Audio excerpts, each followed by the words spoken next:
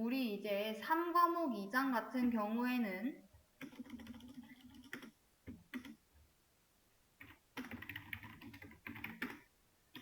물리 데이터베이스 설계에 대한 내용입니다. 자, 이 부분이 한 20% 정도 출제가 된다라고 말씀을 드렸고요. 자, 여기서의 중요한 거는 뭐 인덱스가 뭔지, 뷰가 뭔지, 파티션이 뭔지, 트랜지션이 뭔지, 뭐 접근 통제란 무엇인지 정도 알아두시면 될 것 같습니다. 자, 우선 테이블이라고 하는 단어에 대해 지금 질문을 주셨는데, 테이블은 우리 표라고 생각을 하시면 돼요. 데이터베이스의 가장 기본적인 객체인 건데 열로 구성이 되어 있어서 그 논리 설계 단계의 개체에 대응하는 객체라고 생각을 하시면 되고요. 우리 여기 물리 데이터베이스 설계 맨 앞부터 이제 살펴보도록 하겠습니다. 자, 우리 물리 데이터베이스 설계는 논리적 구조로 표현된 논리적 데이터베이스를 디스크 등의 물리적 저장 장치에 저장할 수 있는 물리적 구조의 데이터로 변환하는 과정을 이야기를 합니다. 자, 그래서 물리적 데이터베이스의 구조의 기본적인 데이터 단위는 저장 레코드이고요. 물리적 설계 단계에 꼭 포함되어야 할 것은 저장 레코드의 양식 설계, 그리고 레코드 집중의 분석 및 설계, 접근 경로 설계 등이 있습니다. 자, 이런 물리적 설계 시 고려해야 할 사항들이 있는데 뭐뭐뭐냐? 인덱스 구조, 레코드 크기, 파일에 존재하는 레코드 수, 성능 향상을 위한 개념 스키마의 변경 여부 검토, 빈번한 질의와 트랜잭션들의 수행 속도를 높이기 위한 고려, 이 외에도 뭐 시스템 운용 시 파일 크기의 변화 가능성 등이 있고요. 자, 그래서 문제 한번 풀어보도록 할까요? 데이터베이스 설계 시 물리적 설계 단계에서 수행하는 사항이 아닌 것은입니다. 이거 어제랑도 또 겹치는 문제예요. 자, 몇 번이죠? 물리적 설계 단계에서 수행하는 사항이 아닌 것. 2번인가요? 자, 우리 위에 보게 되면은 지금 물리적 설계 단계에서 뭐뭐 한대요? 뭐 저장 레코드 양식 설계하고 레코드 집중 분석 설계하고 접근 경로 설계하고 이렇게 한대요. 자, 아닌 게 뭐예요?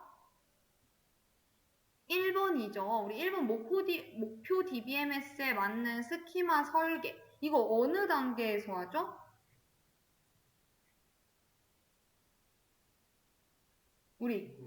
그쵸. 개논물 확인을 했었고, 개념적 설계 단계에서는 독립적인 개념 스키마 모델링을 하고, 트랜잭션 모델링을 하고, 우리 키워드로 따지면은 ER 다이어그램이 있을 수가 있고, 논리적 설계 단계에서는 목표 DBMS에 맞는 논리 스키마를 설계를 하며, 트랜잭션 인터페이스 설계를 하고, 논리적 데이터베이스 구조로 매핑하며 스키마의 평가 및 정제가 이루어진다. 자, 그리고 마지막 이제 물리적 설계에서는 물리적 구조의 데이터로 변환을 하며 저장 레코드, 접근 경로 설계 같은 것들을 진행을 한다.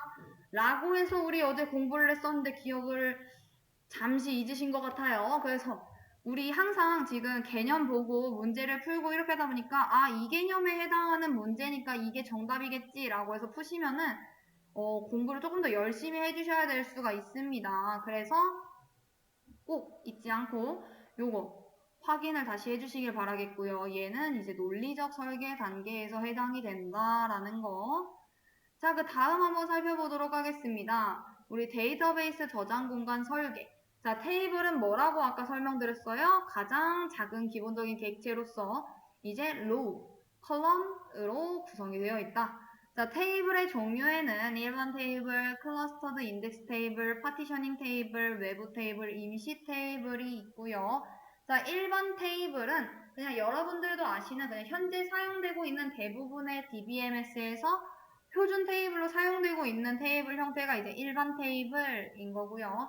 자, 우리 클러스터드 인덱스 테이블은 뭐 기본 키라던가 인덱스의 그 키 순서에 따라서 데이터가 저장되는 테이블인 겁니다. 자, 그러다 보니까 당연히 일반적인 인덱스를 사용하는 테이블에 비해 접근 경로가 좀 단축이 될 수 있겠죠. 그 순서에 따라 데이터가 저장되니까. 자, 그리고 파티셔닝 테이블이라는 거는 대용량의 테이블을 작은 논리적 단위인 파티션으로 나눈 이제 테이블을 이야기를 합니다. 자, 그래서 시험 문제에는 요 파티셔닝 테이블이 한번 출제가 된 적이 있습니다. 그래서 정리를 다시 한번 해볼까요, 그러면?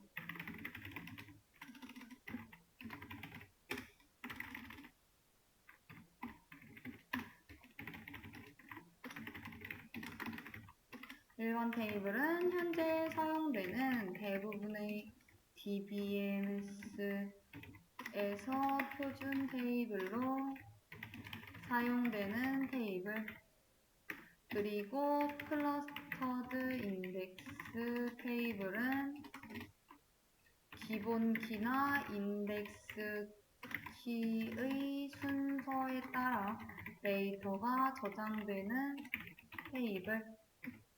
자, 그리고 파티셔닝 테이블이라는 거는 대용량의 테이블을 작은 논리적 단위인 파티션으로 나눈 테이블. 자, 그리고 외부 테이블은 이제 데이터베이스에서 일반 테이블처럼 이용할 수 있는 테이블.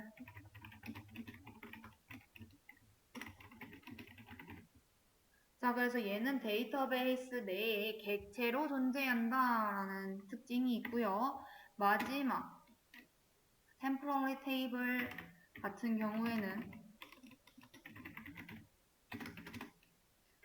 트랜잭션이나 세션별로 데이터를 저장하고 처리할 수 있는 테이블을 이제 임시 테이블이라고 합니다. 자, 여기서 말하는 거 제가 제일 중요한 거 파티셔닝 테이블이라고 말씀을 드렸고, 파티션에 대해서는 좀 이따가 다시 한번 살펴보도록 하겠습니다. 자, 우리 데이터베이스 저장 공간 설계에 대해서 볼 텐데요. 우리 컬럼이라고 하는 게 뭐냐? 테이블의 열을 구성하는 요소, 우리 속성이라고 말하는 친구들을 컬럼이라고 생각을 해주시면 됩니다.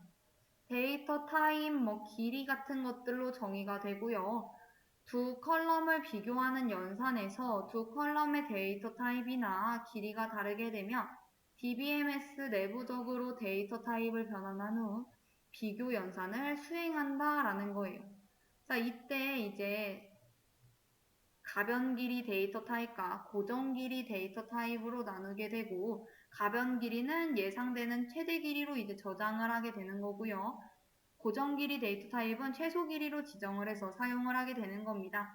예를 들면은 우리가 변수를 생성을 할 때 얘는 3개의 칸만 가지고 있는 친구다라고 했어요. 자, 근데 제가 만약 하나의 값만 사용을 했다라고 하면은 이제 가변 길이는 이제 줄어들거든요. 여기까지만 사용을 하고 이 뒤에부터 이제 다시 사용을 할 수 있게끔 됩니다. 근데 고정 길이는 요거 하나만 사용했다라고 하면 또 다른 거 만들게 되면 여기에 또 3개의 공간이 생기고 이 중에서 이런 식으로 사용을 하게 돼요. 자, 그러다 보니까 고정 길이 데이터 타입일 때는 최소 길이로 지정을 하게 되고, 가변 길이는 예상되는 최대 길이로 정의를 한다라는 것까지 알아두시면 될 것 같습니다. 자, 그 다음에는 이제 테이블 스페이스를 확인을 해볼까요? 자, 테이블 스페이스는 뭔데? 라고 하면은 테이블이 저장되는 논리적인 영역을 이야기를 합니다. 자, 그래서 하나의 테이블 스페이스에는 하나 또는 그 이상의 테이블을 저장을 할 수가 있어요. 자, 물리적으로는 해당 테이블 스페이스와 연관된 데이터 파일에 이제 저장이 되고요. 테이블 스페이스는 데이터베이스에 저장되는 내용에 따라 테이블, 인덱스, 임시 등의 용도로 구분을 해서 설계를 하게 됩니다. 자, 우리 이 트랜잭션 분석이라고 하는 친구 굉장히 중요하죠. 왜냐면은 시험 문제에 진짜 멍멍 많이 나왔어요. 그래서 이 트랜잭션의 특징은 거의 매번 출제될 정도로 시험 한 번 볼 때마다 거의 계속 나왔었던 것 같아요. 아니면 트랜잭션의 정의 부분에서 출제가 되거나. 자, 트랜잭션이라고 하는 거는 뭐냐? 데이터베이스의 상태를 변환시키는 하나의 논리적 기능을 수행하기 위한 작업의 단위를 이야기하고요. 그게 아니다라고 얘기를 하면은 한꺼번에 모두 수행되어야 할 일련의 연산들을 의미를 합니다. 자, 그래서 우리 TCL, 트랜잭션, 이제 제어어라고 하는 것들이 여기 이제 있는데요. 자, 세 가지 종류입니다. commit, rollback, save point. 얘는 우리 공부를 했었죠. 자, commit은 뭐예요? 트랜잭션 처리가 정상적으로 종료가 돼서 이제 수행한 변경 내용을 DB에 반영하는 명령어가 이제 commit인 거고요. 롤백은 뭐냐라고 하면은 트랜잭션 처리가 비정상 종료 처리돼서 DB의 일관성이 깨졌을 때 트랜잭션이 행한 모든 변경 작업을 취소하고 이전 상태로 되돌리는 게 이제 롤백인 겁니다. 자, 근데 커밋한 다음 이제 바로 롤백을 하는 게 아니라 나는 커밋한 다음에 어느 정도 이제 맞는 것까지는 여기까지는 나는 오류 없고 정확하게 수행했다라고 생각을 해. 자, 그리고 만약 틀리게 되면 이쪽으로 이제 커밋을 하진 않았지만 이쪽으로 되돌아갔으면 좋겠어요. 자, 그럴 때 이제 롤백할 위치인 저장점을 지정하는 명령어가 이제 뭐다? 세이브 포인트라는 건 거고요. 자, 세이브 포인트나 체크 포인트랑은 똑같은 단어입니다. 자, 그리고 우리 커밋과 롤백 명령어에 의해 보장받는 요 트랜잭션의 특징이 있는데 그게 뭐냐라고 질문이 나올 수가 있어요. 커밋과 롤백 명령어에 의해 보장받는 트랜잭션 특징. 뭐라는 거예요? 원자성이라는 겁니다. 자, 우리 트랜잭션의 특징은 나올 때 트랜잭션의 특징에 대해서 설명을 해라 라고 얘기할 수도 있지만 요거 앞에 있는 글자 하나씩 따가지고 와서 ACID라고 불러볼 수도 있어요. ACID. 자, 그래서 우선 원자성부터 살펴보게 되면은 우리 얘는 정리를 좀 해볼까요? 중요하니까.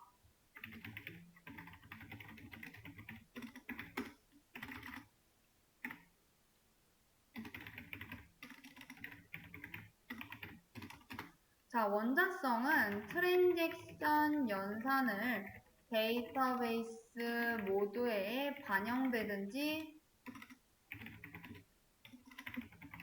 아니면 전혀 반영되지 않아야 한다라는 겁니다. 그래서 all of nothing 요게 이제 원자성에 대한 특징인 거고요. 자, 트랜잭션 내의 모든 명령은 반드시 완벽하게 수행이 되어야 하고 만약에 모두가 완벽하게 수행이 되지 않고 어느 하나에서 오류가 발생을 하게 된다라고 하면은 그 트랜잭션 전부가 취소가 되어야 한다라는 거예요. 이렇게 생각을 하면 조금 어려울 수도 있는데 예시를 하나 들어볼까요? 우리가 은행에서 개발 업무를 맡았어요. 자, 그래서 제가 이제 송금을 하려고 해요. 제 친구한테. 자, 그랬을 때 우선 제가 이 친구한테 송금하려고 하는 거니까 계좌번호 입력하고 비밀번호 입력해가지고 딱 보내기 버튼을 눌렀어요. 자, 근데 중간에 문제가 생겨가지고 제 통장에서는 돈이 나갔는데 이 친구한테는 돈이 안 들어가면 되나요? 안 되죠. 자, 이 송금이라고 하는 작업이 완벽하게 다 수행이 되던가 그게 아니면 송금 실패를 했다라고 해서 제 통장에 그냥 그 돈이 남아있거나 어느 하나라도 오류가 발생했을 경우에는 이제 그 작업이 전부가 취소가 되어야 한다라는 건 거죠. 그래서 반영이 돼서 송금이 됐거나 제 통장에서 돈이 나가고 친구 통장에 돈이 이제 추가가 되거나 아니면은 제 통장에서 돈이 나갔다가 중간에 해결되는 거는 중간에 사라지는 거는 안 되고 다시 제 통장으로 그 돈이 들어와야 된다는 거죠. 그 송금하는 작업 자체가 취소가 돼서. 이해되실까요? 그래서 all of nothing이라는 거. 자, 그리고 일관성 보겠습니다. 자, 일관성은 뭐냐? 트랜잭션이 실행을 성공적으로 완료할 시 일관성 있는 데이터베이스 상태를 유지해야 한다. 자, 얘도 맞죠. 우리가 만약에 그 송금 작업을 했어요. 그게 성공적으로 완료가 됐다라고 하면은 그 통장의 잔액이 계속 일관성 있게 유지가 되어야 하죠. 변경이 있으면 안 되잖아요. 자, 그렇기 때문에 일관성 중요하고요. 그 다음 이제 독립성입니다. 자, 얘는 둘 이상 트랜잭션 동시 실행 시 한 개의 트랜잭션만 접근이 가능하여 간섭이 불가능해야 한다라는 거. 자, 얘는 예시를 들어보게 되면은 우리가 기차표 같은 거 예매를 할 때 좌석 선정을 제가 먼저 했어요. 자, 그러면은 다른 친구가 그 자리 찜할 수 있나요? 결제할 수 있나요? 못하죠. 우선 그 뭐 한 30분 동안 아니면은 그 제가 결제를 진행 중인 동안에는 저만 작업이 가능한 거잖아요. 다른 친구가 와서 제 거 자리 훔쳐가지 못하죠. 그리고 이거를 이제 좀 더 쉽게 얘기를 하면은 제가 먼저 화장실에 들어갔어요. 자, 그러면은 다른 사람이 제가 들어와 있는 화장실에 들어올 수 있나요? 못 들어오죠. 자, 하나의 트랜잭션만 접근이 가능하다라는 거. 동시 실행 시에 간섭이 불가능하다라는 거. 자, 그리고 마지막 영속성입니다. 자, 영속성은 뭐냐? 성공적으로 완료된 트랜잭션 결과는 영구적으로 반영되어야 한다.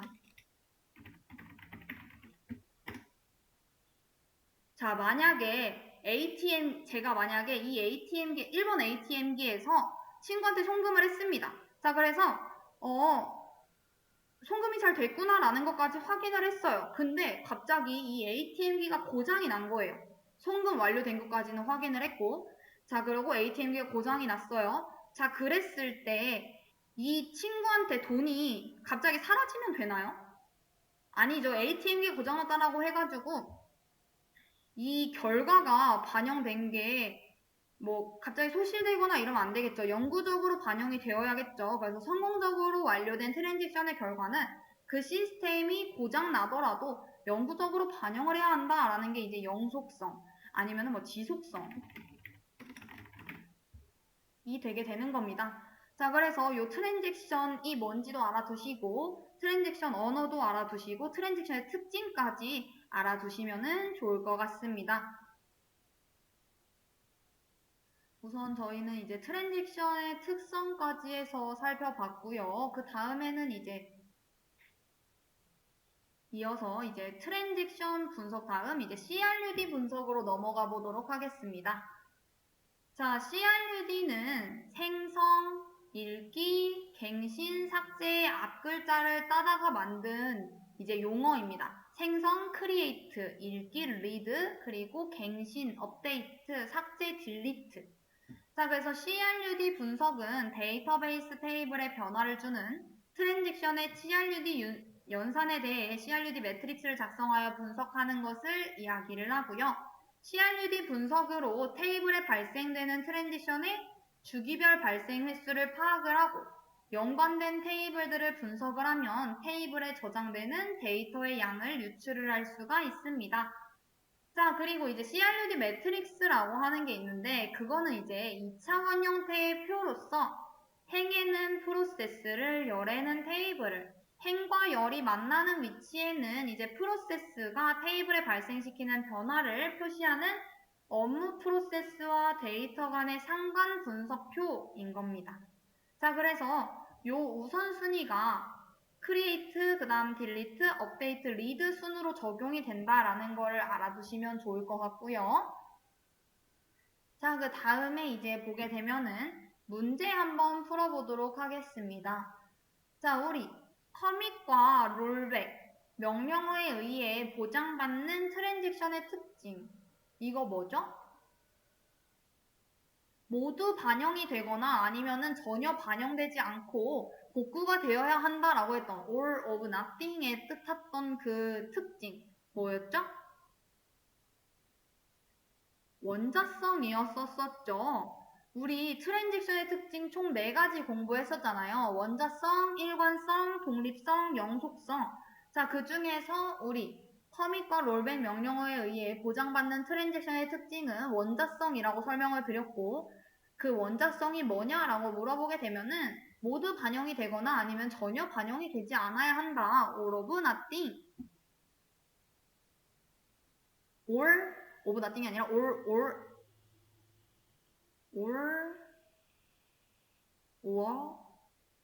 nothing이 되겠죠.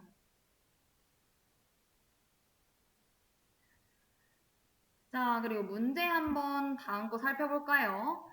데이터베이스에 영향을 주는 생성, 읽기, 갱신, 삭제 연산으로 프로세스와 테이블 간의 매트릭스를 만들어서 트랜잭션을 분석하는 것은 무엇인가요? 입니다. 자, 지금 생성, 읽기, 갱신, 삭제 연산에서 따가지고 온 거래요. 자, 뭐죠? C, R, U, D죠. 자, 그래서 해당 문제의 정답 3번이고요. 그 다음 이제 인덱스로 넘어가 보도록 하겠습니다. 자, 인덱스라는 게 뭐냐? 인덱스는 데이터 레코드를 빠르게 접근하기 위해 키값, 포인터 쌍으로 구성이 되는 데이터 구조를 이야기를 합니다. 인덱스는 데이터가 저장된 물리적 구조와 밀접한 관계가 있고요. 인덱스는 레코드가 저장된 물리적 구조에 접근하는 방법을 제공을 합니다. 또한 인덱스를 통해서 파일의 레코드에 대한 액세스를 빠르게 수행을 할 수가 있으며 레코드의 삽입과 삭제가 수시로 일어나는 경우에는 인덱스의 개수를 최소로 하는 것이 효율적입니다. 자, 그래서 이 인덱스를 이제 알기 위해서 종류에 대해 공부를 하셔야 하는데, 자, 인덱스의 종류, 클러스터드 인덱스, 넌 클러스터드 인덱스도 있고요. 그 이외에는 이제 트리 기반 인덱스, 비트맵 인덱스, 함수 기반 인덱스, 비트맵 조인 인덱스, 도메인 인덱스 이런 친구들이 있습니다. 자, 얘네들도 한번 정리를 해볼까요?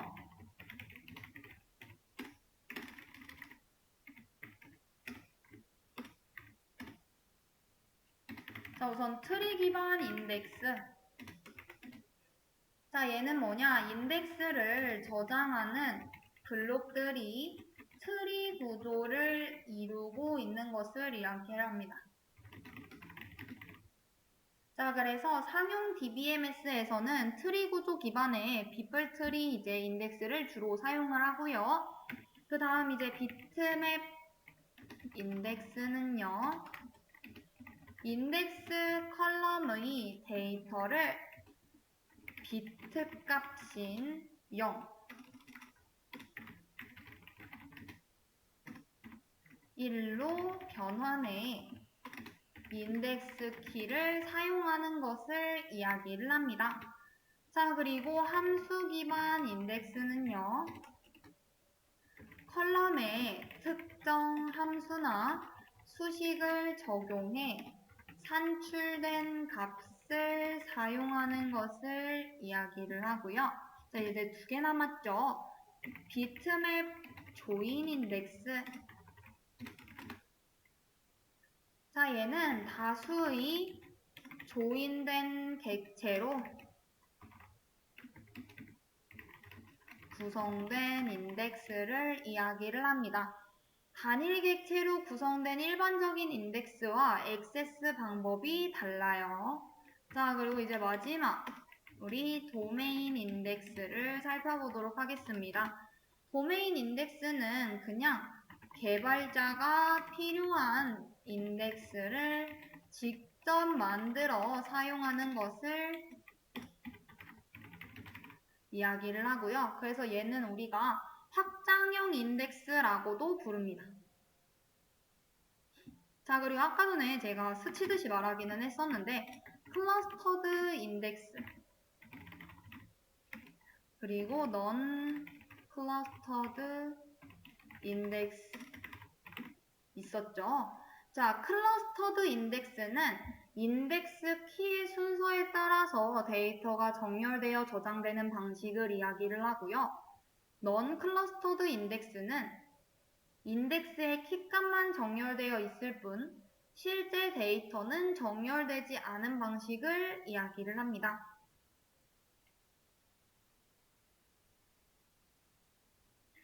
자, 그래서 문제 한번 풀어보도록 하겠습니다. 인덱스에 대한 설명으로 부적절한 것은 입니다. 보기가 좀 기니까 보실 수 있는 시간 좀 드려볼까요?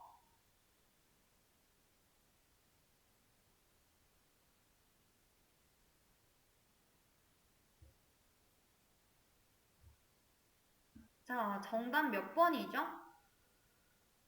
1, 2, 3, 4번 중에. 자, 우리 인덱스에 대해서 지금 이야기를 하고 있는데 1번 보기부터 보게 되면은 레코드의 삽입과 삭제가 수시로 일어나는 경우는 인덱스의 개수를 최대한 많게 해야 한다라고 해놨어요. 자, 우리 테이블에 레코드를 만약에 삽입하고 또는 삭제를 하게 되면은 뭐 또 바뀌어야 되는 거예요? 인덱스도 삽입이 되거나 아니면 삭제가 되어야 하는 거고 걔네들도 바뀌어야 되는 건 거잖아요. 자, 그렇게 해놨는데 인덱스의 개수를 최대한 많게 한다라는 건 뭐예요? 그만큼 다 인덱스를 바꿔야 되는 거니까 속도가 느려지겠죠. 따라서 이벤트가 자주 발생하는 경우, 삽입이나 삭제가 발생하는 경우에는 최대한 인덱스의 개수를 최소로 하는 것이 좋겠죠. 그래서 우리 1번 부적절한 정답이 될 수 있겠고요. 2번 인덱스를 통해서 테이블의 레코드에 대한 액세스를 빠르게 수행할 수 있다. 맞고 인덱스는 데이터베이스의 물리적 구조와 밀접한 관계가 있다. 맞고요. 인덱스는 하나 이상의 필드로 만들어도 된다. 거의 웬만하면 하나로 만들어지긴 하는데 여러 개 해서 만들어도 상관없습니다. 자, 그래서 문제의 정답은 1번이었었습니다. 자, 그 다음 이제 뷰 한번 살펴보도록 할게요. 자, 우리 뷰도 굉장히 중요합니다. 왜냐면은 실제 문제에 출제된 적이 있어요. 근데 사실 뷰의 개요라던가 특징으로 출제가 됐다라기보다는 장단점에 대해서 출제가 됐었기 때문에 이쪽을 좀 더 명확하게 확인을 해주시면 될 것 같습니다. 자, 그래서 뷰가 도대체 뭔데? 라고 얘기를 하게 되면 뷰는 사용자에게 접근이 허용된 자료만을 제한적으로 보여주기 위해 하나 이상의 기본 테이블로부터 유도된 이름을 가지는 자, 여기가 중요하죠. 가상 테이블입니다. 물리적으로 존재하고 있는 테이블이 아니에요. 기본 테이블로부터 유도된 가상 테이블이 이제 뷰인 겁니다. 자, 가상 테이블이기 때문에 물리적으로 구현이 되어 있지는 않지만 사용자에게는 있는 것처럼 존재해요. 그래서 저장 장치 내에 논리적으로 존재한다라고 아시면 될 것 같고 정의된 뷰로도 또 다른 뷰를 생성을 할 수도 있고요. 자, 뷰가 정의된 기본 테이블이나 뷰를 삭제를 하게 되면은 그 테이블이나 뷰를 기초로 정의가 된 다른 뷰도 자동적으로 삭제가 되게 됩니다. 자, 그래서 특징 한번 살펴보게 되면은 물리적으로 구현되어 있지 않다. 데이터의 논리적 독립성을 제공하는 것이 가능하다. 뷰로 구성된 내용에 대해서 삽입, 삭제, 갱신에 대한 연산 제약이 따른다라는 거. 자, 그리고 이제 맨 위에 거 아까 못 봤으니까 조작도 기본 테이블과 거의 같다. 자, 그리고 이제 시험 문제에 자주 출제가 됐었던 뷰의 장단점을 봐야겠죠. 자, 장점에는 어떤 것들이 있느냐? 첫 번째, 논리적 데이터 독립성을 제공을 하고요. 접근 제어를 통한 자동 보안을 제공을 하고, 그리고 사용자 데이터 관리가 이제 용이합니다. 자, 대신 단점이라고 하면은 독립적인 인덱스를 가질 수 없으며 뷰의 정의를 우리가 DDL에는 있는 게 뭐가 있느냐? create라고 하는 친구가 있고 그 구조를 수정할 수 있는 author라고 하는 게 있고요. 맨 마지막 삭제할 수 있는 drop이라고 하는 명령문이 있습니다. 자, 뷰의 정의를 이제 author로 변경하는 것은 불가능하며 그럼 어떻게 해야 되는데요? 라고 하면은 드랍을 해서 삭제를 한 후에 다시 create해서 생성을 해줘야 되는 겁니다. author로 변경할 수 없다라는 거. 자, 그리고 뷰로 구성된 내용에 대한 삽입, 삭제, 갱신, 연산에 제약이 따른다라는 것까지가 이제 단점이 되겠죠. 자, 그래서 문제 한번 살펴보도록 하겠습니다. 뷰에 대한 설명으로 틀린 것은 입니다. 자, 몇 번이죠, 정답? 뷰에 대한 설명으로 틀린 것. 그쵸. 자, 우리 뷰 위에 다른 뷰를 정의할 수 있고 뷰에 대한 조작에서 삽입, 갱신, 삭제에 대한 이벤트에 대한 제약이 따르며 뷰가 정의된 기본 테이블이 제거가 되면은 뷰도 자동적으로 제거가 된다라고 했습니다. 자, 뷰의 정의는 어터문을 통해서 변경을 할 수가 없으며 어떻게 하셔야 된다? 드랍해서 삭제한 후에 다시 크리에이트 해주셔야 된다라는 거 알아두시길 바라겠습니다. 자, 그 다음 문제 한번 살펴볼까요? 뷰의 장점이 아닌 것은 입니다. 자, 우리 뷰의 장단점 시험 문제에 출제된다라고 했었고 이 친구 실제로 출제가 됐었던 문제입니다. 뷰의 장점이 아닌 거. 그러면 단점을 찾아주시면 되겠죠? 뭐예요?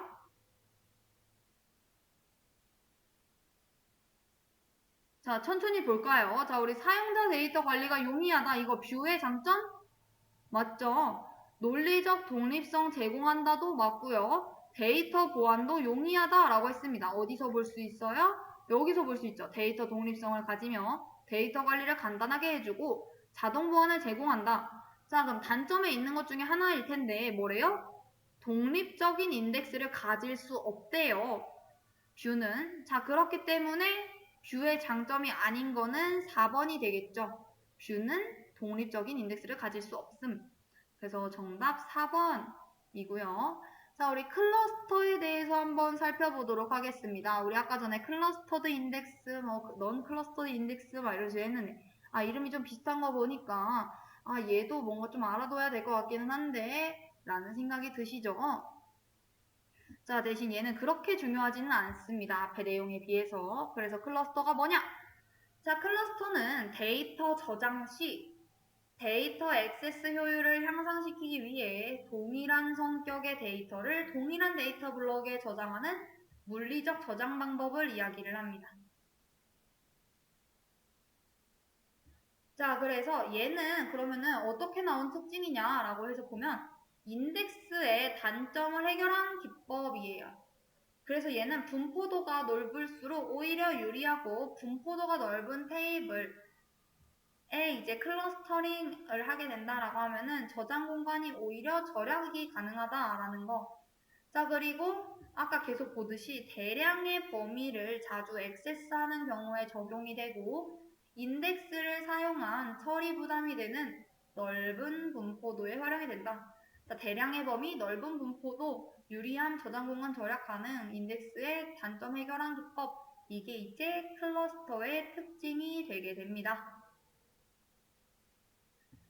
자, 그리고 우리 아까 전에 보게 되면은 대용량의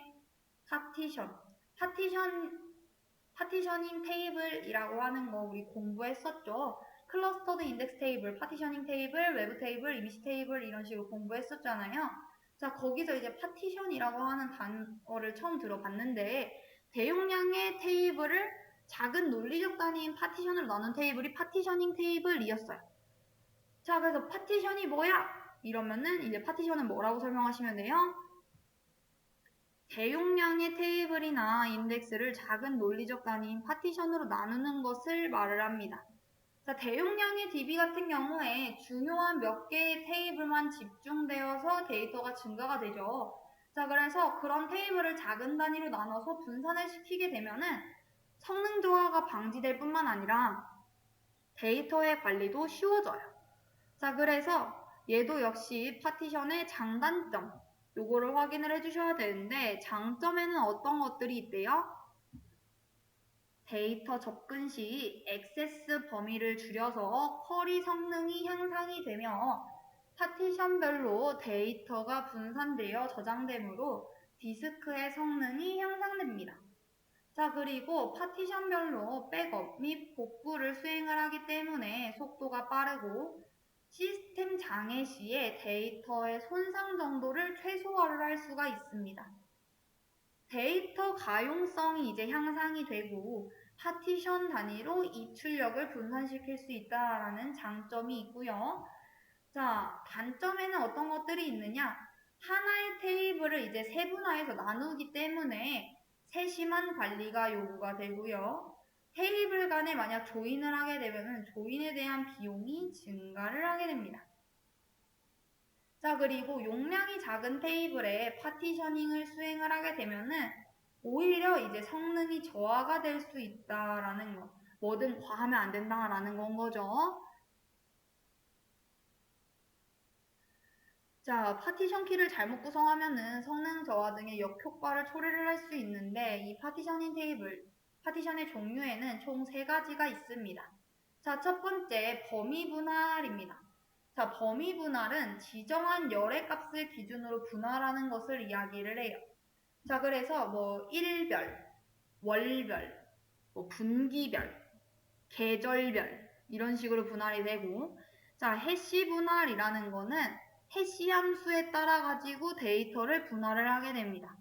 자, 특정 파티션에 데이터가 집중되는 범위 분할의 단점을 보완하고자 데이터를 고르게 분산할 때 유용하고, 대신 그 특정 데이터가 어디 있는지는 판단을 할 수가 없어요. 그래서 뭐 주민번호라던가 학번이라던가 이런 데이터들이 좀 고른 컬럼에 효과적이다라는 거. 자, 그리고 마지막 조합 분할은요. 너무 범위 분할을 했는데 파티션이 너무 큰 거예요. 뭐 예를 들어서 봄, 여름, 가을, 겨울로 분할을 했는데 막 여름에만 데이터가 미친 듯이 몰려 있어요. 자, 그럴 때 나 너무 관리가 어렵다 이래서 범위 분할을 한 후에 다시 그거에 대해서 해시 함수를 적용을 해서 분할하는 방식인 겁니다.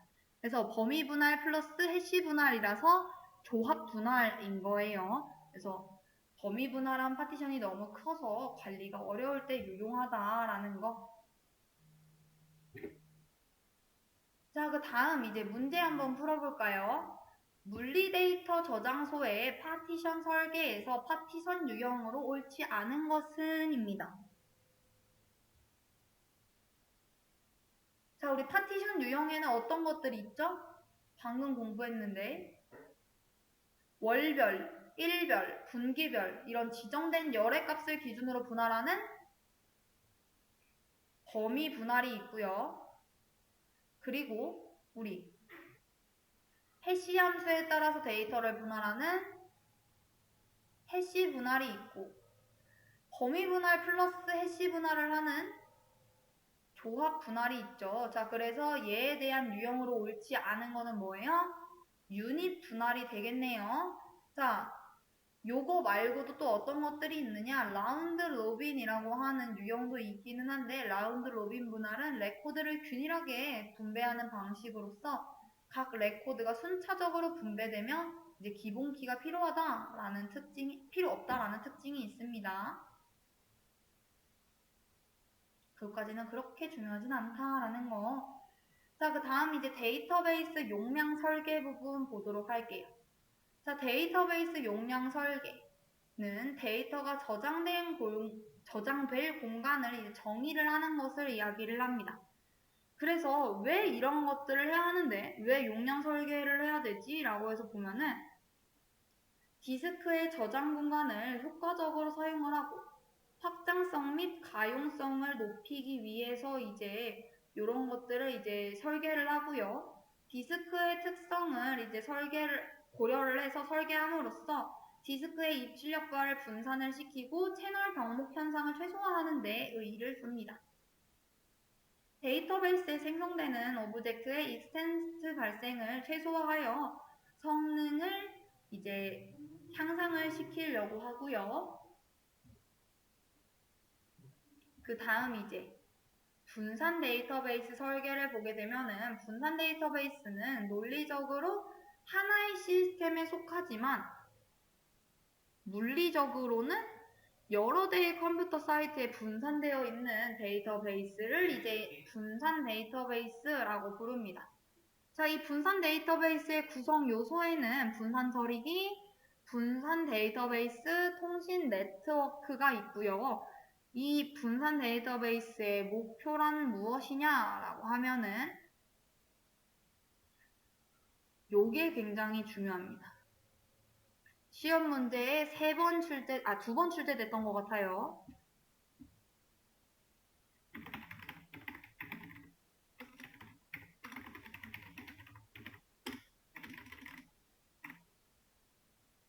자, 첫 번째 위치 투명성은요.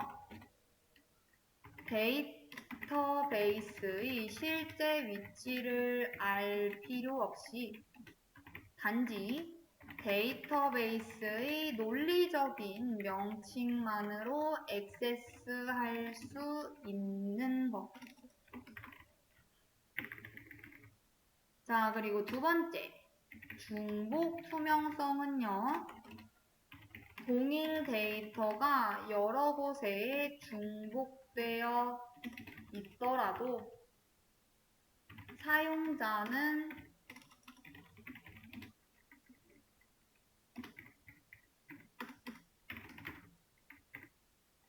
마치 하나의 데이터만 존재하는 것처럼 사용하고, 이제 시스템은 자동으로 여러 자료에 대한 작업을 수행하는 것을 이야기를 합니다. 자, 그리고 그 다음 이제 병행 투행성은요. 병행 투명성. 다수의 트랜잭션들이 동시에 실현되더라도 그 트랜잭션의 결과는 영향을 받지 않는다라는 거. 자, 그 다음 이제 분할 투명성은요. 하나의 논리적 릴레이션이 여러 단편으로 분할되어 각 단편의 사본이 여러 시스템에 저장되어 있음을 인식할 필요가 없다. 자, 그리고 마지막 장애 투명성은요. 뭐 트랜잭션이라던가 DBMS라던가 네트워크라던가 컴퓨터라던가 얘네들한테 장애가 발생해도 트랜잭션을 정확하게 처리하고 데이터 무결성을 보장하는 것입니다. 자, 그래서 이 분산 데이터베이스의 목표까지는 알아두셔라 라는 거. 자, 그 다음 한번 살펴볼까요? 분산 데이터베이스의 장단점입니다. 자, 우리 장점이라고 본다면은 지역자치성이 높고 자료의 공유성이 향상이 되며 분산 제어가 가능하고 시스템 성능이 향상이 되며 중앙 컴퓨터의 장애가 전체 시스템에 영향을 끼치지 않는다라는 거. 자, 그리고 효용성과 융통성이 높으며 신뢰성과 가용성이 높다. 점진적 시스템 용량 확장이 용이하다라는 거. 이 중에서 좀 알아두셨으면 좋겠는 거는 지역자치성이 높다. 그리고 중앙 컴퓨터의 장애가 전체 시스템에 영향을 끼치지 않는다. 그리고 신뢰성과 가용성이 높다. 점진적 시스템 용량 확장이 용이하다. 이 정도는 알고 계셔야 합니다. 자, 그리고 단점 한번 살펴보도록 하겠습니다. 얘는 개수가 훨씬 적죠. DBMS가 수행할 기능이 복잡하다라는 거.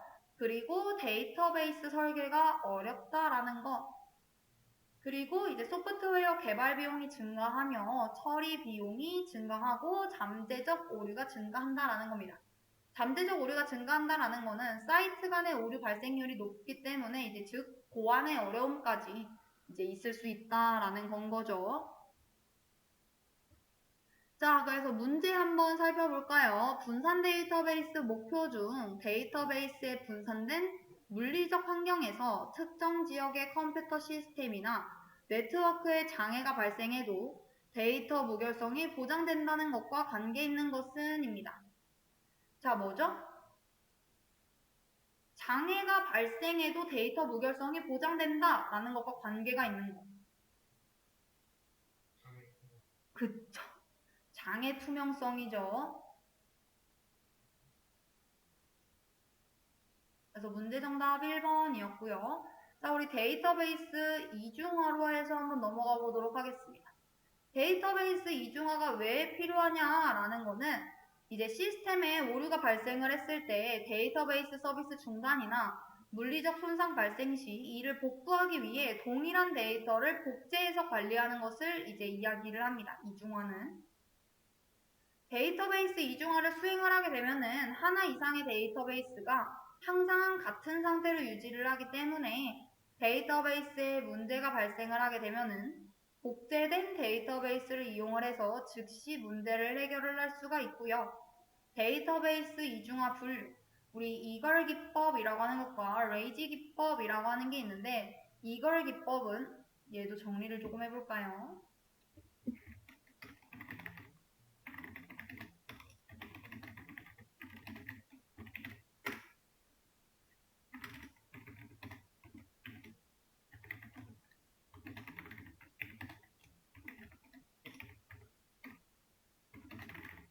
자, 이걸 기법 같은 경우에는 트랜잭션 수행 중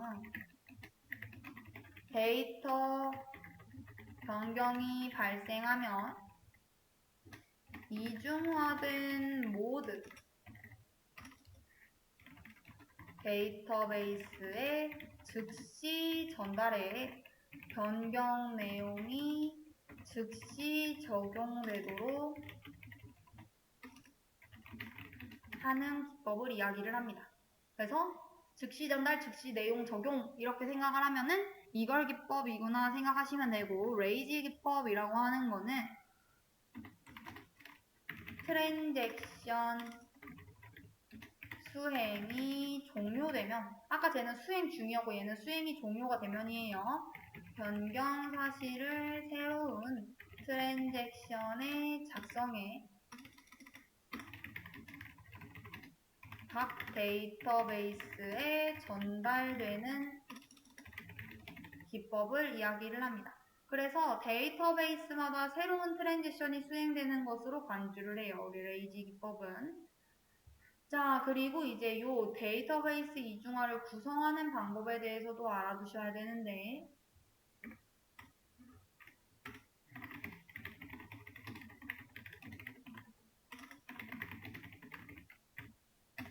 자, 첫 번째는 활동 대기 방법이고요.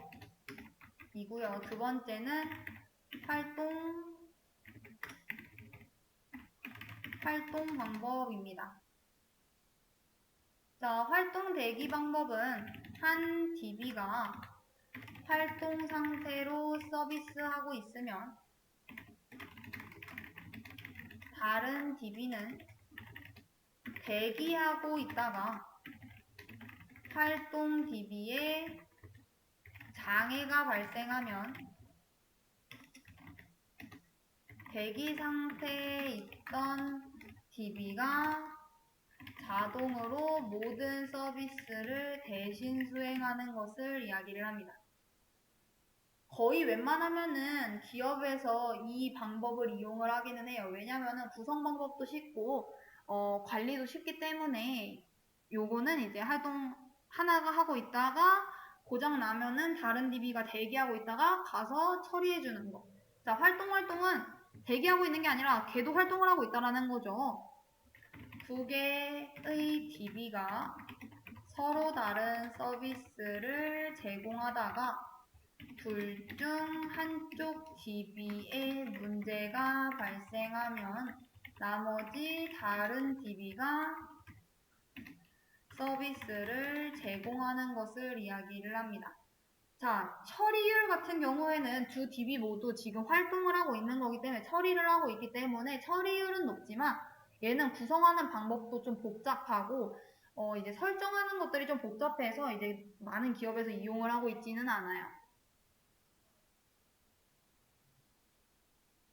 자, 그 다음 이제 클러스터링에 대해서 지금 살펴볼까요? 자, 서버 클러스터링인 건데 두 개 이상의 서버를 하나의 서버처럼 운영하는 기술인 겁니다.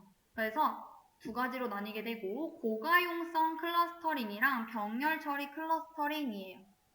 고가용성 클러스터링은 하나의 서버에 장애가 발생을 했을 경우에는 이제 다른 서버가 대신 처리하는 방식이 이제 고가용성 클러스터링. 병렬 처리 클러스터링은 그 하나의 작업을 여러 개의 서버에 분산시켜서 처리하는 것이 이제 차이입니다. 고가용성은 하나 서버에 장애 발생하면 다른 서버가 처리, 병렬 처리 클러스터링은 하나의 작업을 여러 개의 서버에서 분산 처리시키는 것. 자, 그 다음 이제 한번 살펴볼까요? 우리는 이제 보안에 대해서도 살펴봐야 되는데 데이터베이스에서 이걸 하는 이유는 뭐예요? 당연히 권한이 없는 사용자가 데이터에 액세스하는 것을 금지시키기 위해서 이제 보안이 사용이 되게 되는 건 거죠. 자, 그래서 우리는 암호화에 대해서 이제 공부를 해야 되는데, 암호화는 뭐다? 데이터를 보낼 때 송신자가 지정한 수신자 이외에는 그 내용을 알 수 없도록 평문을 암호문으로 변환하는 것을 이야기를 합니다.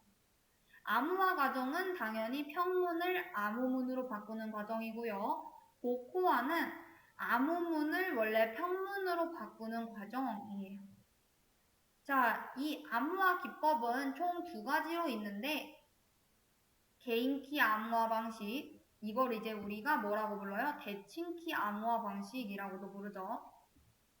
그리고 공개키 암호화 방식, 자, 얘는 이제 비대칭키라고 부르기도 합니다. 자, 그래서 우리 암호화 방식, 기법을 한번 살펴보게 되면은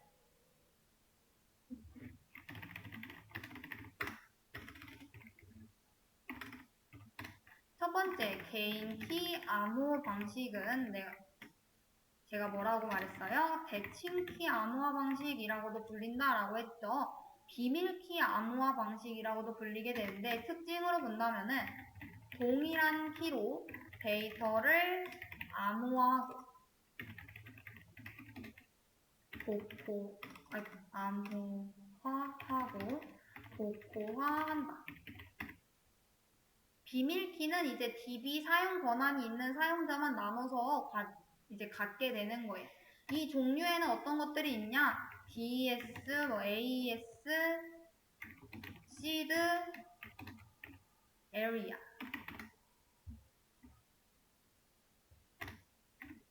자, 그리고 공개키 암호 방식은 이제 비대칭키라고 불리기도 하고, 이제 얘의 특징을 살펴보게 되면은 데이터를 암호화할 때 사용하는 키는 얘는 공개키인 거고요. DB 사용자에게 공개하고 복호화할 때의 키, 얘는 이제 개인키, 비밀키가 되게 되는 건데 관리자가 관리하는 방법입니다. 자, 그래서 암호화하고 복호화하는 키가 같기 때문에 이거 데칼코마니 대칭이네 이래서 개인키 암호화 방식이라고 쓰이게 되는 거고, 공개키 암호화 방식은 암호화할 때 사용하는 공개키와 복호화할 때 사용하는 개인키가 다르기 때문에 비대칭 키라고 불리기도 합니다. 그래서 얘의 종류에는 어떤 것들이 있느냐?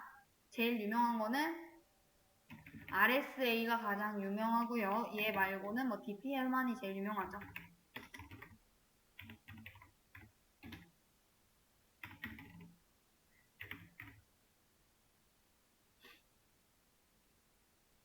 자, 그래서 문제 한번 살펴보도록 하겠습니다. 암호화 기법 중에서 암호화 알고리즘과 암호화 키는 공개해서 누구든지 평문을 암호문으로 만들 수는 있지만 해독 알고리즘과 해독 키는 비밀로 유지하는 기법은 무엇일까요?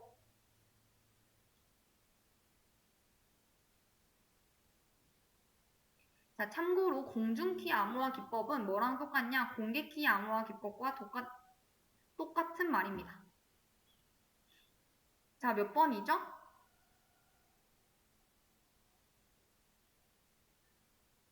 자, 다시 볼게요. 자, 공중키, 공개키 암호화 기법과 프라이빗키, 개인키 암호화 기법을 구분하실 수 있어야지 얘는 문제를 풀 수가 있는 거였어요. 자, 우리 암호화하고 복호화의 한 개의 키를 사용하는 것은 뭐였어요? 대칭키인 개인키 암호화 기법이었고, 지금 이 문제처럼 암호화하는 키는 공개를 해가지고 누구든지 평문을 암호문으로 만들 수 있지만 해독 알고리즘과 해독 키는 이제 비밀로 유지한다라는 거는 키가 서로 두 개가 다르다라는 건 거잖아요. 자, 그렇기 때문에 얘는 뭐예요? 그쵸. 비대칭키 암호화 방식, 공개키 암호화 방식, 공중키 암호화 방식이 되게 되는 건 거죠. 자, 그래서 해당 문제의 정답 2번이었었습니다. 자, 그 다음 이제 접근 통제로 넘어가 보도록 할게요. 자, 접근 통제는 뭐냐? 데이터가 저장된 객체와 이를 사용하려고 하는 주체 사이에 정보 흐름을 제한하는 것을 이야기를 합니다. 접근 통제 3요소에 들어가는 거는 이제 접근 통제 정책, 그리고 접근 통제 이제 보안 모델, 접근 통제 메커니즘으로 나뉘게 되고요. 자, 여러분들이 알아두셔야 하는 거는 요거 임의 접근 통제, 강제 접근 통제, 역할 기반 접근 통제가 됩니다. 자, 우리 예를 한번 살펴보게 되면은 우리 임의 접근 통제는 임의 접근 통제라고 나올 수도 있지만 또 어떻게 나오냐? DAC라고 나올 수도 있고요. 강제 접근 통제는 MAC,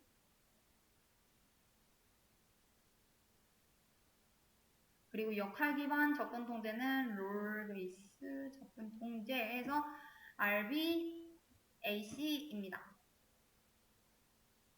자, 그래서 우리 임의 접근 통제부터 살펴보게 되면은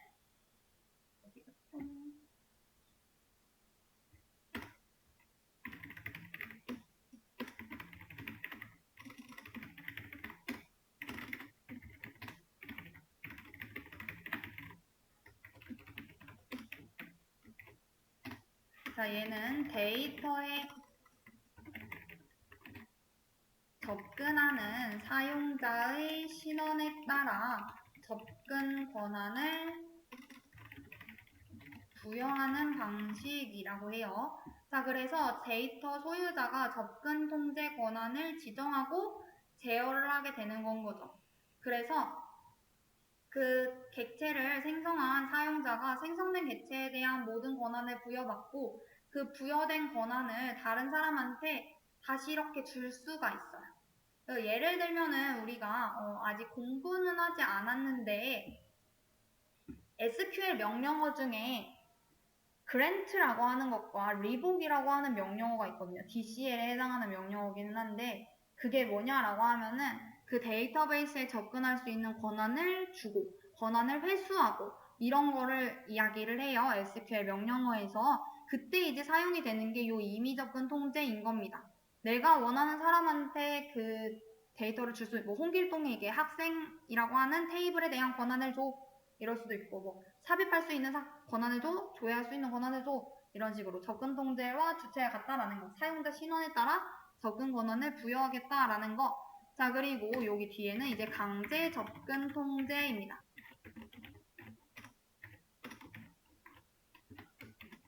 자, 강제 접근 통제는 주체와 객체의 등급을 비교하여 접근 권한을 부여하는 방식입니다. 자, 그래서 예를 한번 들어보게 되면은 우리가 경찰서에 이제 취업을 했다라고 해볼게요.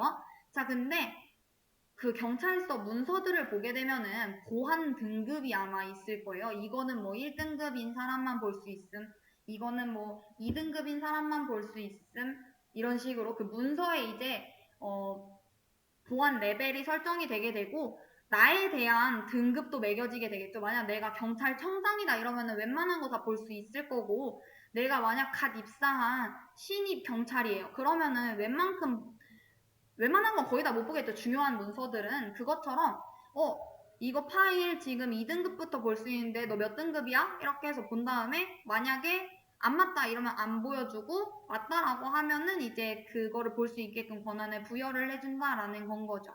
자, 그래서 주체는 자신보다 높은 객체에 대해 이제 읽기 수정 등록하는 것이 불가능하고 보안 등급이 같다라고 하면은 읽기 수정 등록 가능하며 보안 등급이 만약 낮다라고 하면은 이제 읽기까지만 가능하다라는 거. 자, 그래서 얘는 강제적인 접근 통제다라는 거. 등급 비교 이렇게 생각해 주시면 될 것 같아요. 자, 그리고 맨 마지막 역할 기반 접근 통제라는 거는 RBAC이고요.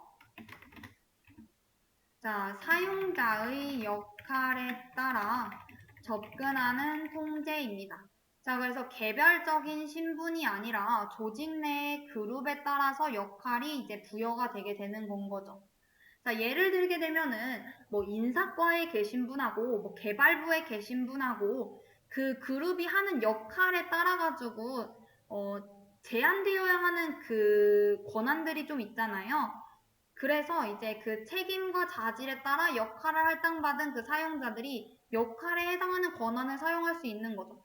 인사 담당자는 뭐 예를 들면은 뭐 DB 권한을 볼 수 없지만 DBA라고 하는 직업이 있잖아요. DBA 담당자는 당연히 그 구조 DB 관련된 거를 볼 수 있어야겠죠. 그리고 인사 담당자는 뭐 우리 회사에 근무하고 있는 사람들의 뭐 직급이라던가 뭐 급여 이런 것들을 확인할 수 있겠지만 DBA는 그런 인사과가 아니기 때문에 그런 것들을 볼 수 없다. 이런 것처럼 그 사용자의 역할에 따라서 이제 접근하는 통제가 역할 기반 접근 통제인 겁니다. 자, 그 다음 이제 넘어가 볼까요? 접근 통제 3요소 중에서 이제 접근 통제 정책에 대해 보도록 할 텐데요. 접근 통제 정책은 어떤 주체, who, 누가, 언제, when, 어디서, where, 어떤 객체에게 what, 어떤 행위를 how에 대한 허용 여부를 정의하는 것을 이야기를 합니다. 자, 그래서 얘는 신분 기반 정책, 규칙 기반 정책, 역할 기반 정책 세 가지로 이렇게 나뉘게 되고요. 자, 우리 신분 기반 정책은 정리를 해볼게요.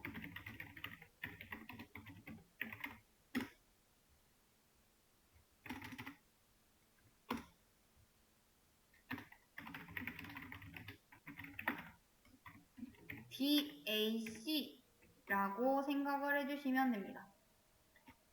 우리 위에 있는 애하고 비슷하다라고 생각을 해주시면 돼요. 자, 그래서 주체나 그룹의 신분에 근거해 객체의 접근을 제한하는 방법이고요. 자, 우리 규칙 기반 정책은 MAC 생각해 주시면 되고요. 주체가 갖는 권한에 근거해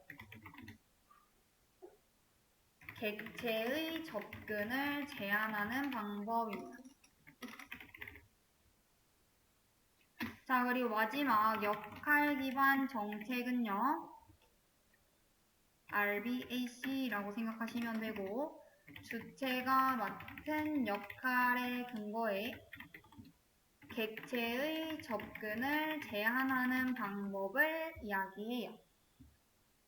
자, 여기까지 이제 확인을 해봤고 그 다음에 이제 접근 통제 메커니즘에 대해서 볼 텐데 접근 통제 메커니즘이란 무엇이냐? 정의된 접근 통제 정책을 구현하는 기술적인 방법으로서 접근 통제 목록, 능력 리스트, 보안 등급, 패스워드, 암호화 등이 있습니다. 접근 통제 목록이라고 하는 거는 그 객체를 기준으로서 특정 객체의 어떤 주체가 어떤 행위를 할 수 있는지 기록한 목록이 이제 접근 통제 목록. 능력 리스트는 이제 주체를 기준으로 주체에게 허가된 자원과 권한을 기록한 목록. 그리고 이제 보안 등급은 당연히 뭐 패스워드, 암호화 이거 다 똑같은 거죠. 등급 나올 수 있는 거고 패스워드, 암호화. 자, 그 다음 이제 마지막 한번 살펴볼까요? 접근 통제 보안 모델입니다. 접근 통제 보안 모델은 보안 정책을 이제 구현하기 위해서 정형화된 모델로서 기밀성 모델, 무결성 모델, 접근 통제 모델 등이 있습니다. 자, 그래서 우리 얘네들도 살펴보게 되면은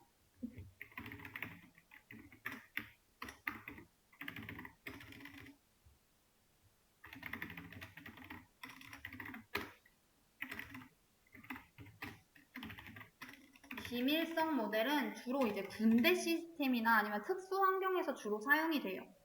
군사적인 목적으로 개발된 최초의 수학적 모델로서 기밀성 보장이 최우선인 모델이다. 우리 기밀성이 뭐예요? 인간의 사용자만 볼 수 있어야 한다라는 게 기밀성인 거잖아요. 자, 무결성 모델. 자, 얘는 이제 데이터의 일관성 유지에 중점을 두어 개발이 되었습니다. 그러니까 기밀성 모델에서 발생하는 불법적인 정보 변경을 방지하기 위해서 무결성 기반으로 개발된 모델이에요. 우리 보안의 3요소 중에서 기밀성, 무결성, 가용성인데 무결성이 뭐였어요?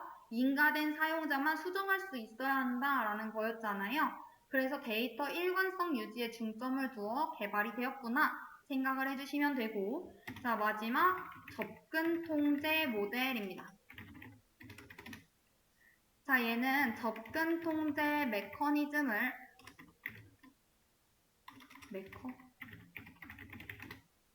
보안 모델로 발전시킨 것으로서 대표적으로는 이제 접근 통제 행렬이 있습니다.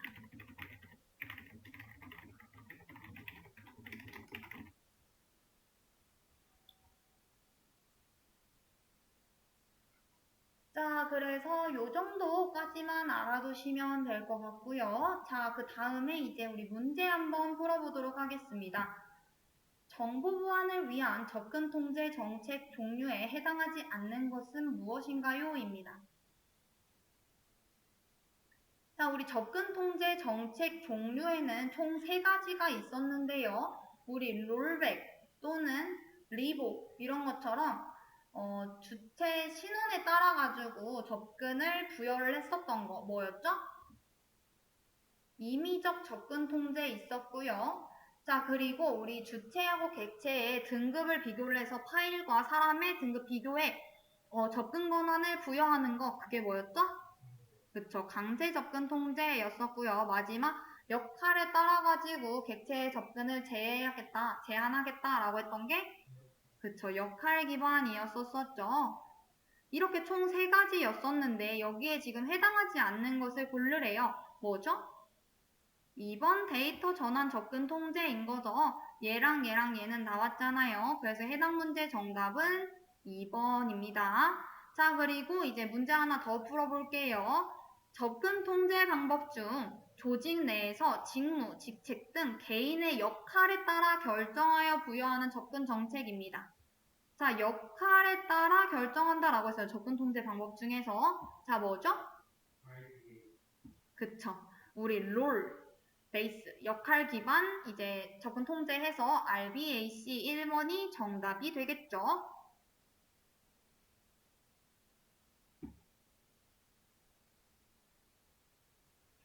자, 우리 데이터베이스 백업 부분 보도록 하겠습니다.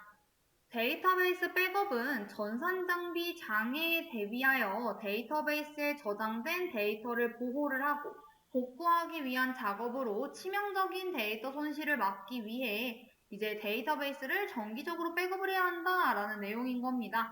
자, 그래서 데이터베이스 관리 시스템은 데이터베이스 파괴 및 실행 중단이 발생을 하면은 이를 복구할 수 있는 기능을 제공을 해요. 자, 여기에 이제 보면은 백업에는 총 2가지의 종류로 나뉘게 되고 물리 백업과 논리 백업으로 나누어지게 됩니다. 자, 그리고 여기 보면은 지금 로그 파일이라고 하는 키워드가 있는데 로그 파일이 뭐냐? 막 이렇게 약간 장난식으로 이렇게 얘기하잖아요. 야, 쟤 지금 로그 찍으면서 돌아다닌다 이렇게 얘기하죠. 그 시간의 흐름에 따라 모두 기록을 한 파일이 로그 파일인 겁니다.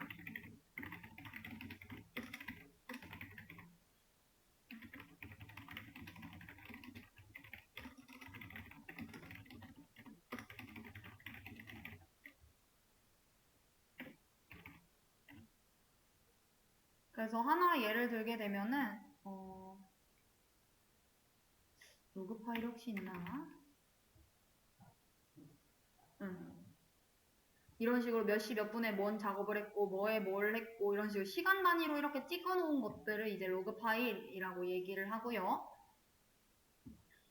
자, 그래서 물리 백업의 이제 요 부분을 보게 되면요. 물리 백업은 데이터베이스 파일을 백업하는 방법으로서 백업 속도가 빠르고 작업이 단순하기는 하지만 문제 발생 시에 원인 파악 및 문제 해결이 어렵다라는 이제 단점이 있고요. 논리 백업이라고 하는 거는 데이터베이스 내에 논리적 객체들을 백업을 하는 방법으로서 복원 시에 이제 데이터 손상을 막고 문제 발생 시 원인 파악 및 해결이 수월하지만 백업 복원 시 시간이 많이 소요된다라는 단점이 있습니다. 자, 그래서 여기 설명을 보게 되면은 물리 백업은 로그 파일 백업 실시하느냐 안 하느냐에 따라서 얘는 완전 복구가 가능하고 얘는 백업 시점까지만 복구가 가능하다.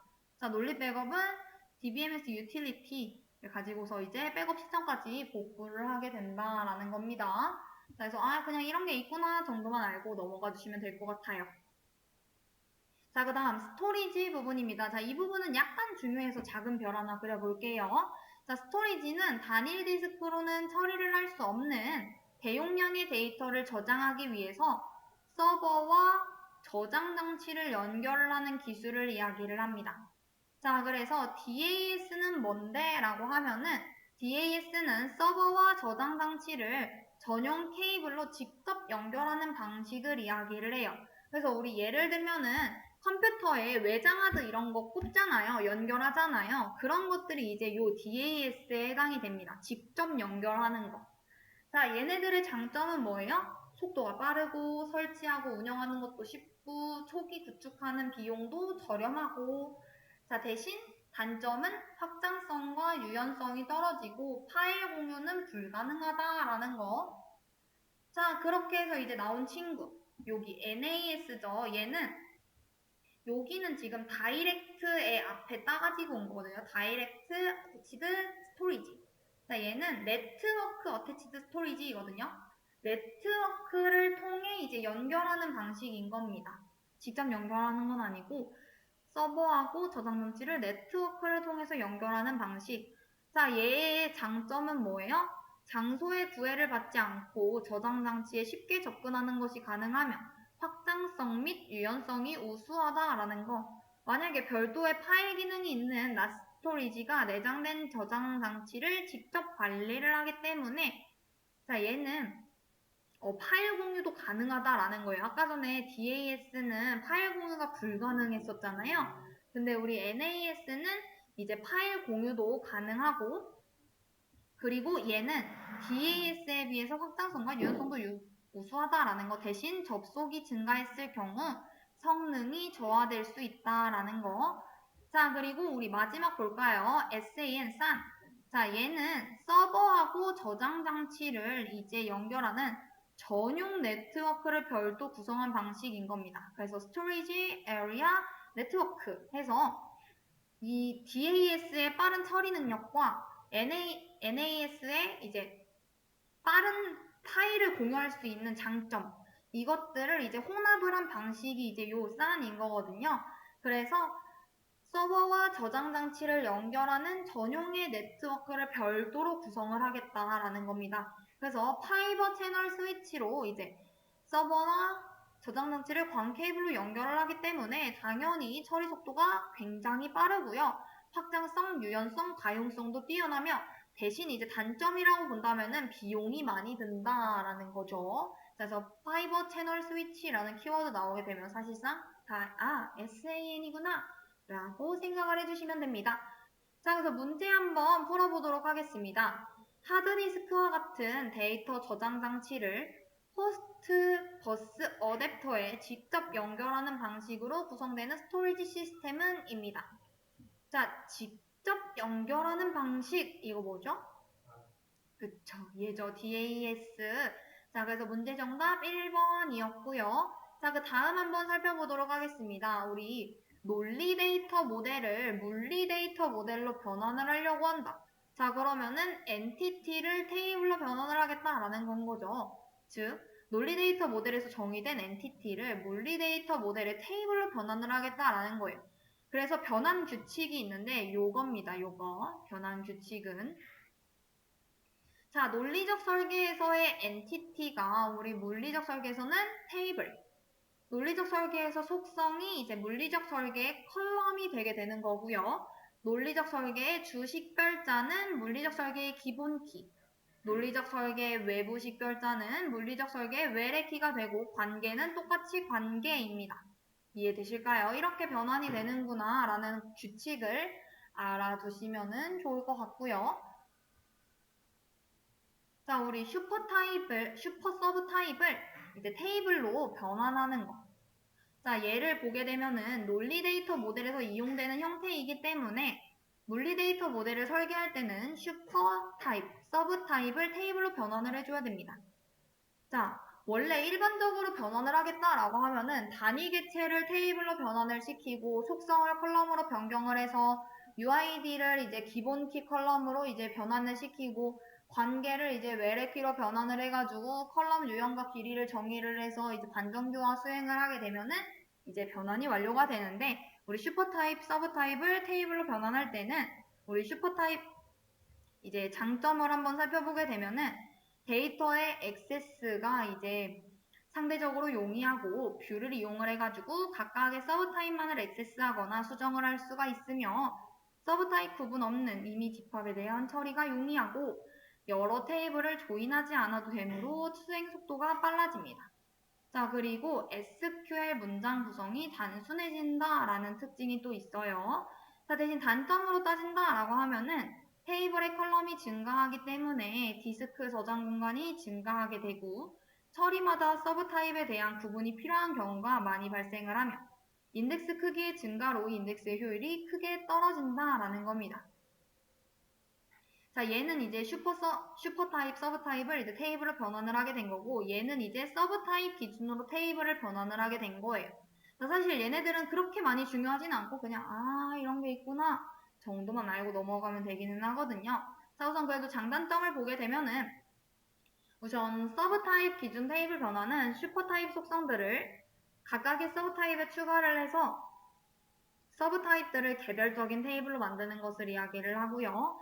자, 장점은 각 서브 타입 속성의 선택 사양이 명확한 경우에 유리하고 처리할 때마다 서브 타입 유형을 구분할 필요가 없으며 여러 개의 테이블로 통합을 하기 때문에 테이블당 크기가 감소하여 전체 테이블 스캔 시 유리하다라는 거. 자, 단점도 아래와 같으니까 한 번씩 읽어봐 주시면 될 것 같고요.